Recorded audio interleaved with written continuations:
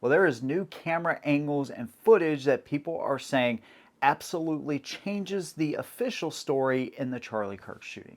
Today I want to look at two angles specifically that people are pointing to and saying there's no way the guy they're labeling as the shooter is the actual shooter. Some of it seems quite convincing. I'm going to break it down what I see. And what I honestly recommend you to do is, before we even get into this, or maybe while you're watching these videos, I want you to understand that people look for conspiracies, especially when the government tells you their side of the story or what they have found, because the government has bred these types of conspiracies, especially with JLK and MLK and a number of different situations. And so the government is the one to blame because people just simply don't believe them. And at some point, you got to say, okay, you're either a whack job or there's some legitimacy here to the way people feel whenever they're told an official story and some things don't line up. So I understand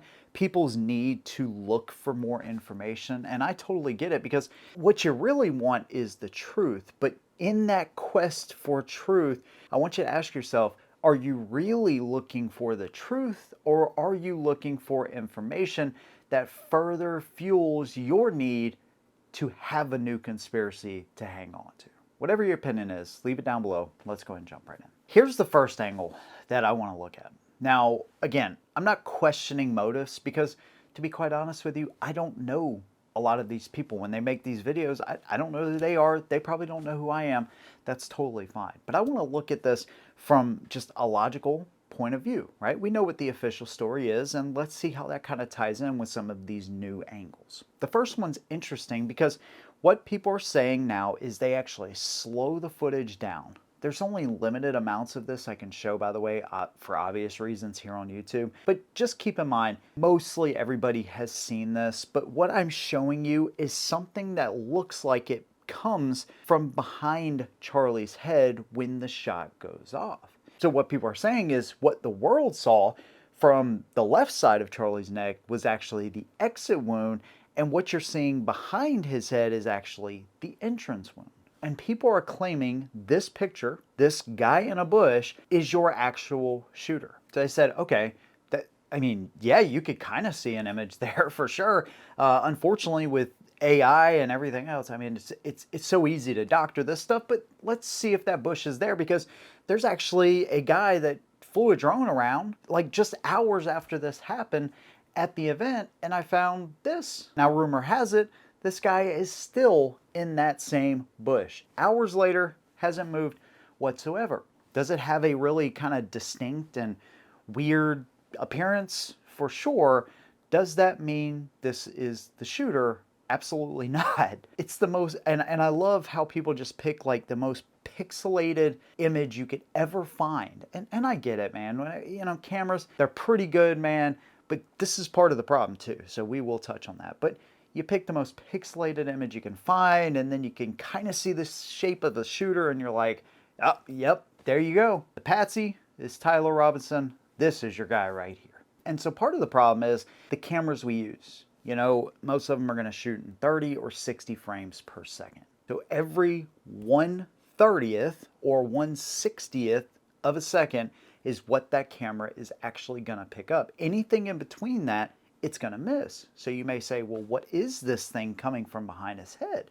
Well, think about the violence of that round and what's actually happening inside of Charlie's body. We don't know all of the details, but there actually are some new ones I want to talk about in this video that may bring some more clarity. But you have a round moving almost 3,000 feet per second. Temporal cavity creates like this almost balloon effect, right? Where it's like this very quick explosion and balloon, and that violence, you know, essentially from that round and what's going on causes all kinds of just kind of weird and unfortunate things to happen, like the shirt, right? Yawing from a bullet, you know, can cause like a bulging effect under the skin.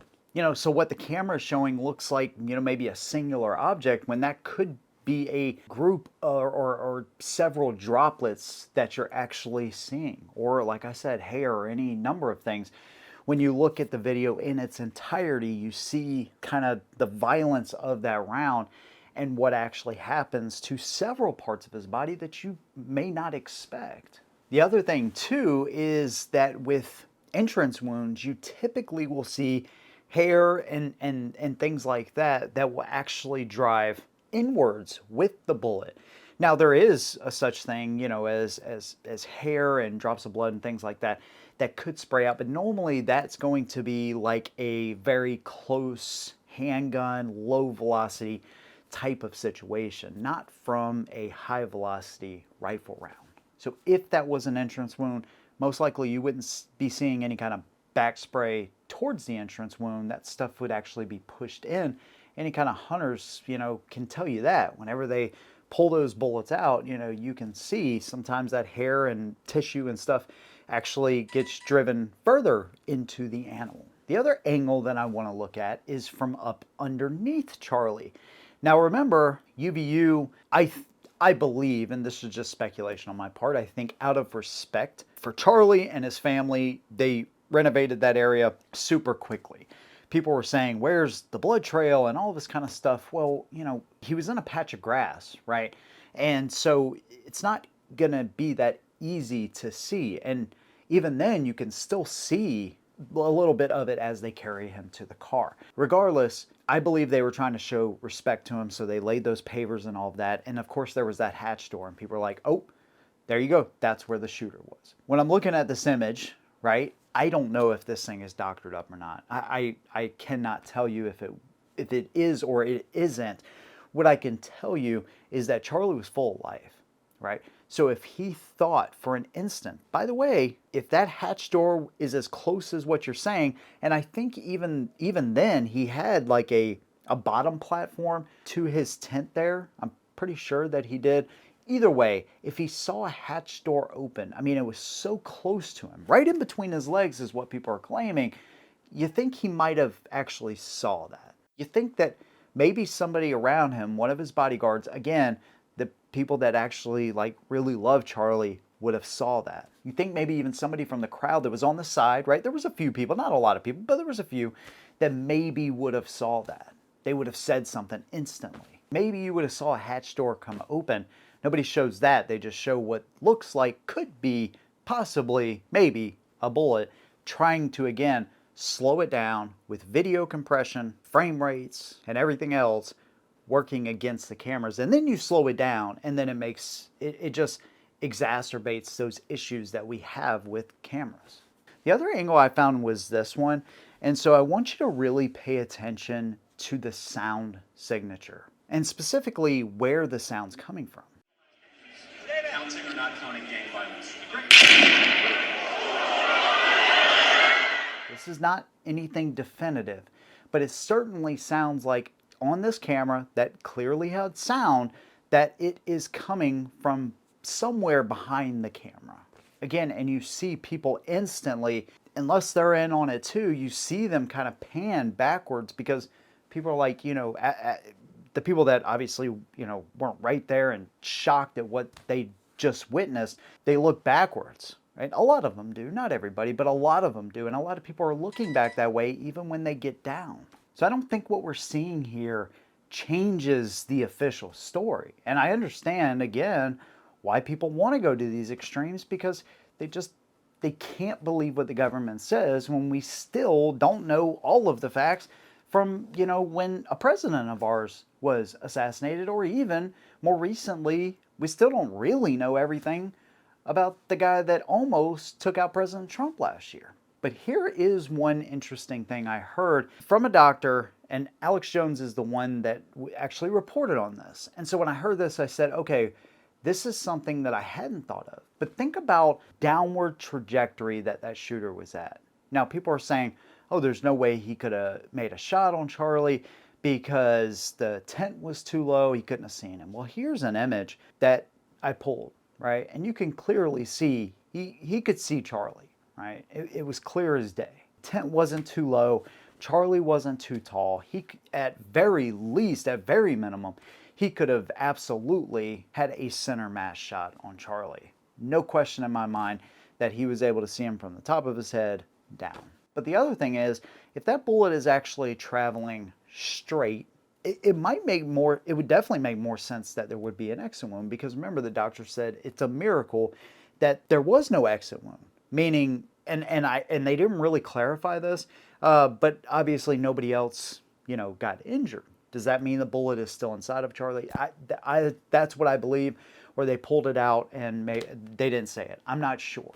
These are some of the small details that you would like to know, to be totally honest with you, but I'm not sure if they'll ever release that.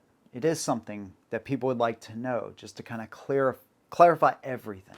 But regardless, if the bullet is going down and that trajectory went in, of course, and then down, hitting spine, bone, tissue, tumbling the bullet's yaw, all of this kind of stuff, and then what they said is maybe even had, hit his heart. That makes more sense because of where his position actually is. He's looking down at Charlie.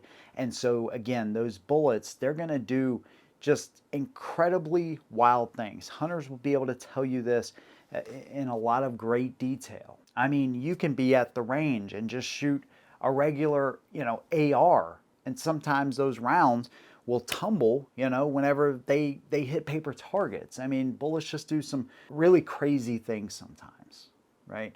That's why wind and humidity and elevation, all of this stuff plays into ballistics. Distance, of course, not only the caliber, but the type of round. I mean, there's just so much that goes into it. And so that makes more sense why we wouldn't see an exit wound if that round indeed tumbled, hip bone, muscle, tissue, all of that kind of stuff. So that's what I think. I don't think this is showing us that anything is different than the official story so far. I don't buy it.